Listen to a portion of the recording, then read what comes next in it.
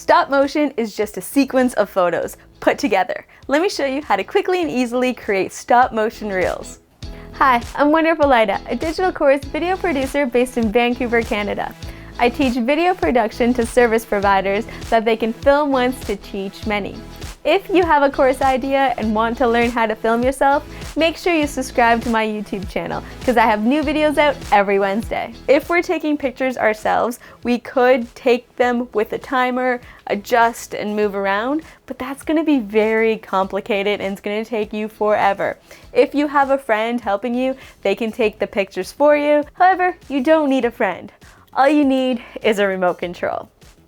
So I have this shutter remote control that allows me to connect with my phone and take pictures with the push of a button. The great thing about these is that they don't have to be in the line of sight from your camera, so you can easily hide it in your hand and nobody knows that you have a remote control.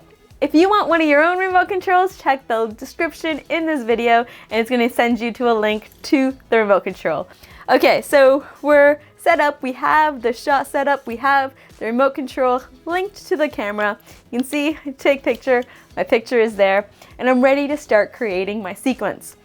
For my sequence, I'm gonna keep it very simple. I'm gonna start really close to the camera, I'm gonna move back, hide, and then come back out.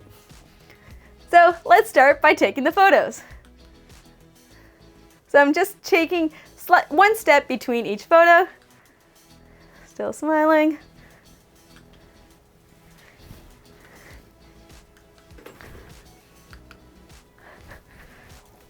I'm gonna start making some faces because smiling might just get a little boring.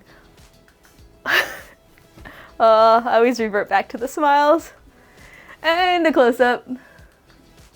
So there we go. We use the remote control and we have our sequence of images. So that's all we need from our photos. Now let's go over to Reels. We're in a brand new reel and we're gonna start inputting those photos.